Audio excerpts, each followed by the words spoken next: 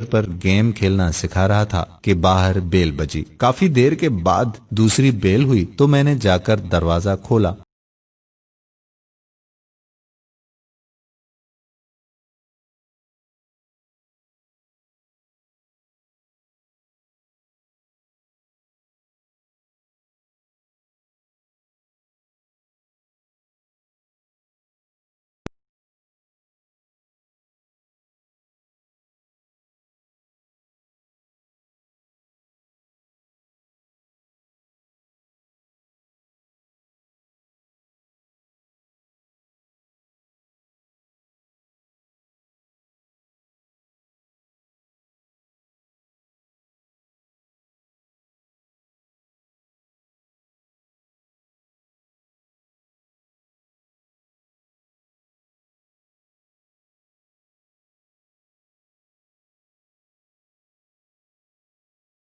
مکان کرائے پر چاہیے تھا کیونکہ اپنا مکان وہ گرا کر دوبارہ تعمیر کروا رہے تھے۔ میں نے 3000 کرایہ بتایا لیکن بات 2000 پر پکی ہو گئی۔ وہ چلا گیا تو مجھے افسوس ہونے لگا کہ کرایہ کچھ کم ہے، گو کہ اوپر صرف ایک چھوٹا سا کمرہ، کچن اور باتھ روم تھا۔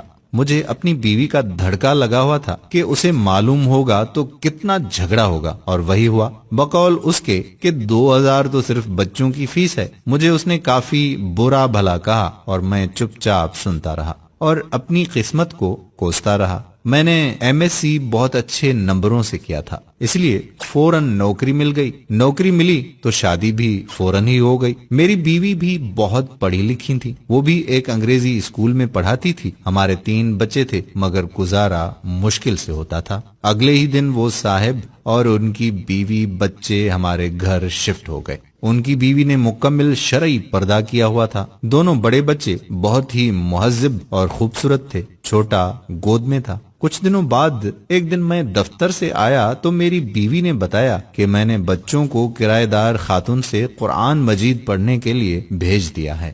اچھا پڑھاتی ہیں، ان کے اپنے بچے اتنی خوبصورت تلاوت کرتے ہیں۔ مزید کچھ دن بعد میں نے ان کے ایک بیٹے سے تلاوت سنی تو پہلی مرتبہ میرے دل میں خواہش ابھری کہ کاش ہمارے بچے بھی اتنا اچھا قرآن مجید پڑھیں۔ ایک دن میں باہر جانے لگا تو اپنی بیوی سے پوچھ ہی لیا کہ وہ پارلر جائے گی تو لیتا چلوں، کیونکہ پہلے تو 2 مہینے میں 3-4 مرتبہ پارلر جاتی تھی اور اس مہینے میں ایک بار بھی نہیں گئی تھی۔ اس نے جواب دیا کہ پارلر فضول خرچی ہے، جتنی خوبصورتی چہرے پر 5 بار وضو کرنے، نماز اور تلاوت سے آتی ہے کسی چیز سے نہیں آتی۔ اگر زیادہ ضرورت ہو تو گھریلو استعمال کی چیزوں سے ہی چہرے پر نکھار رہتا ہے۔ ایک روز میں کیبل پر ڈرامہ دیکھ رہا تھا تو میرے چھوٹے بیٹے نے مجھے بغیر پوچھے ٹی وی بند کر دیا اور میرے پاس آ کر بیٹھ گیا۔ بابا، یہ بیکار مشغلہ ہے، میں آپ کو اپنے نبی حضرت محمد صلی اللہ علیہ وآلہ وسلم کا ایک واقعہ سناؤں؟ مجھے غصہ تو بہت آیا لیکن اپنے بیٹے کی زبانی جب واقعہ سنا تو میرا دل بھر آیا۔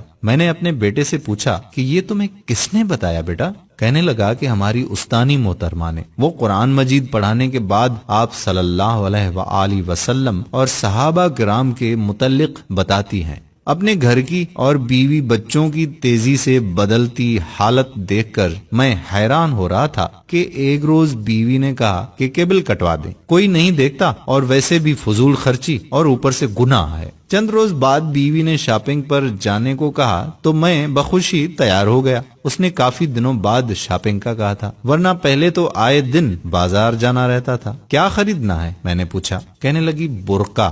میں نے کہا کیا برقع؟ میں ہنسا تو وہ بولی، پہلے میں کتنے ہی غیر شرعی کام کرتی تھی، آپ نے کبھی مذاق نہیں اڑایا تھا، اب اچھا کام کرنا چاہتی ہوں تو آپ کو مذاق سوچ رہا ہے۔ میں کچھ نہ بولا۔ پھر چند دن بعد اس نے مجھے کافی سارے پیسے دیے اور کہا کہ فریج کی باقی قیمت ادا کر دیں تاکہ مزید قسطیں نہ دینی پڑیں۔ اتنے روپوں کی بچت کیسے ہو گئی؟ وہ مسکرائی، کہنے لگی بس ہو گئی۔ جب انسان اللہ تعالیٰ کے بتائے ہوئے احکام پر چلنے لگے تو برکت خود بخود ہو جاتی ہے۔ یہ بھی وہ کرایہ دار خاتون نے بتایا ہے۔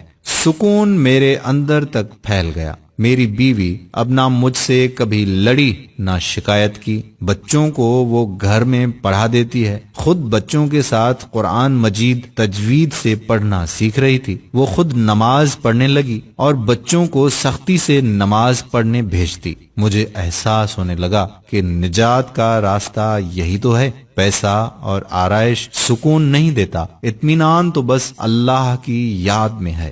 مجھے اس دن 2000 کرایہ تھوڑا لگ رہا تھا، آج سوچتا ہوں تو لگتا ہے کہ وہ تو اتنا زیادہ تھا کہ آج میرا گھر سکون سے بھر گیا ہے۔ دوستو، دلوں کا سکون تو صرف اللہ کی یاد میں ہے۔ اگر یہ ویڈیو اچھی لگے تو ایک لمحہ ضائع کیے بنا شیئر کر دیں، کیونکہ آج کل ہمارے گھروں میں پیسہ تو کافی آ گیا ہے لیکن سکون نہیں۔ ہماری ویڈیو کتنی اچھی لگی کتنی نہیں، کمنٹ باکس میں ضرور آگاہ کریں۔ جزاک اللہ خیرہ۔ السلام علیکم ورحمۃ اللہ وبرکاتہ۔